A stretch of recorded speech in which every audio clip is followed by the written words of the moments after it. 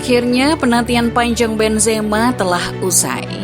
Setelah bertahun-tahun hanya bisa ikut tersenyum ketika teman setimnya memenangkan Ballon d'Or, kini ia bisa merasakannya sendiri naik ke atas panggung dan menerima penghargaan Ballon d'Or. Ini tentu menjadi momen membahagiakan bagi Benzema. Dikutip dari Sporting News, gelaran Ballon d'Or tahun ini sedikit berbeda dari tahun-tahun sebelumnya. Kali ini untuk pertama kalinya para pemain dinilai berdasarkan satu musim sepak bola Eropa, yaitu Agustus sampai Juli, bukan satu tahun kalender atau Januari sampai Desember. Para pemain itu nantinya akan mendapatkan pemilihan suara oleh perwakilan media dari negara-negara yang masuk peringkat 100 besar FIFA. Dan sama halnya untuk penghargaan bagi pesepak bola perempuan. Bedanya, voting dilakukan oleh perwakilan media dari negara-negara yang masuk peringkat 50 besar FIFA. Setelah itu, 3 pemain yang mendapatkan jumlah suara terbanyak akan diumumkan pada malam puncak, sekaligus mengumumkan siapa pemenangnya. Sejak pengumuman masuknya Benzema ke dalam nominasi calon juara Ballon d'Or 2022, semua orang sudah mengira kalau pemain asal Prancis itu yang akan menang. Ia memang punya musim yang luar biasa bersama Madrid di 2021-2022. Benzema mencatatkan 44 gol dalam 46 pertandingan di musim itu. Ia juga gemilang di timnas dengan 6 gol dalam 10 pertandingannya.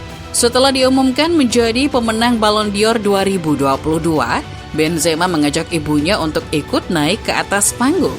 Ia pun langsung memeluknya seraya sang ibu dengan bangga mencium pipi anaknya itu. Setelah itu Benzema juga mengundang anak laki-lakinya untuk naik ke atas panggung.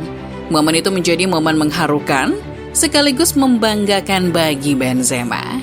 Penyerahan hadiah itu terasa semakin istimewa, sebab ia menyerahkan penghargaan untuk Benzema adalah Zidane, yang mana adalah mantan manajer sekaligus sosok idola bagi Karim Benzema. Setelah menerima penghargaan, Benzema berkata bahwa perjalanan untuk sampai ke titik ini tidaklah mudah. Ia juga turut bertekad untuk tidak menyerah dan terus maju, meski usianya sudah tidak muda lagi. Saya sangat bangga dengan perjalanan saya di sini. Ini tidak mudah bagi saya dan keluarga. Umur hanyalah angka bagi saya. Saya punya dorongan untuk tetap maju dan tidak akan pernah menyerah, ucap Benzema. Di usianya yang 34 tahun, ia membuktikan masih pantas menjadi pemain terbaik dunia. Bahkan, ia adalah pemain tertua kedua dalam sejarah yang menerima penghargaan tersebut. Setelah Stanley Matthews yang memenangkan Ballon d'Or pada tahun 1956 di usianya yang 41 tahun. Selain Benzema, malam itu ada beberapa pemain yang juga menerima penghargaan.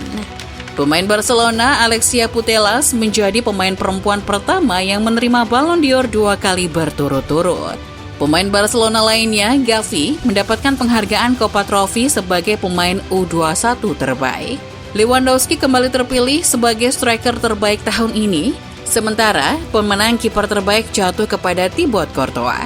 Tahun ini juga ada penghargaan baru, yaitu Socrates Awards, yang dimenangkan oleh Sadio Mane karena aksi-aksi sosialnya di luar lapangan.